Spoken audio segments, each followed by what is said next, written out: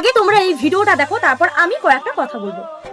कन्हैया से कह दो अरे द्वार पालो, कन्हैया से कह दो के दर पे सुदामा गरीब आ गया है।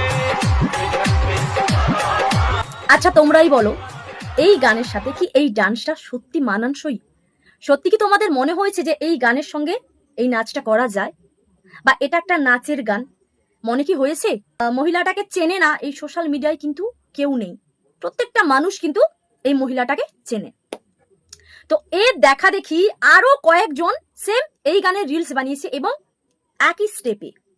তো এবার বিষয়টা ভাবো যে একজন করার সাথে সাথে তাকে দেখে আরো একজন করার সাহস পেল, এবারে দ্বিতীয় জনকে দেখে তৃতীয় জন, তৃতীয় জনকে দেখে চতুর্থ জন, তারপরে কি হতে চলেছে একবার তোমরা ভাবো তো। নাচ এমন একটা শিল্প বা এমন একটি আর্ট যেটা আমাদের মুখে বলে বোঝানো যায় না, অঙ্গি ভঙ্গি দেখিয়ে কিন্তু বা এক্সপ্রেশন দেখিয়ে কিন্তু সেটাকে সবার সামনে তুলে ধরে। তার জায়গায় দাঁড়িয়ে এই যে আচরণ বা অঙ্গি ভঙ্গি সত্যি কি মানানসই?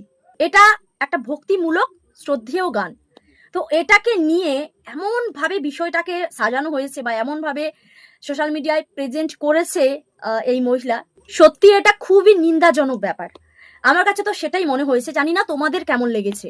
আসলে ইনি একবার খুব সুন্দর ভিডিও করেন, যেটা আমারও ভালো লাগে। এক একটা নাচের স্টেপ বা নাচের ধরন আমার খুবই ভালো লাগে, কিন্তু একবার কি এমন হয়ে যায় এই দিদি ভাইটার আমি নিজেও বুঝতে পারি না, যে সে নিজেও বুঝতে পারছে না যে সে কি করছে।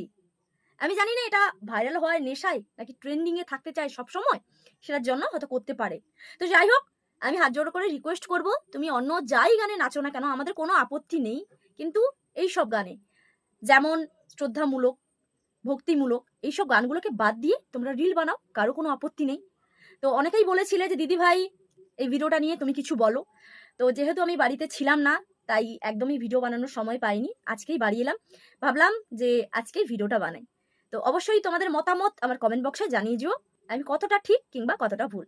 তো চলো আবার পরে দেখা হচ্ছে অন্য কোনো ভিডিওতে, ততক্ষণ সবাই ভালো থেকো, সুস্থ থেকো, টাটা।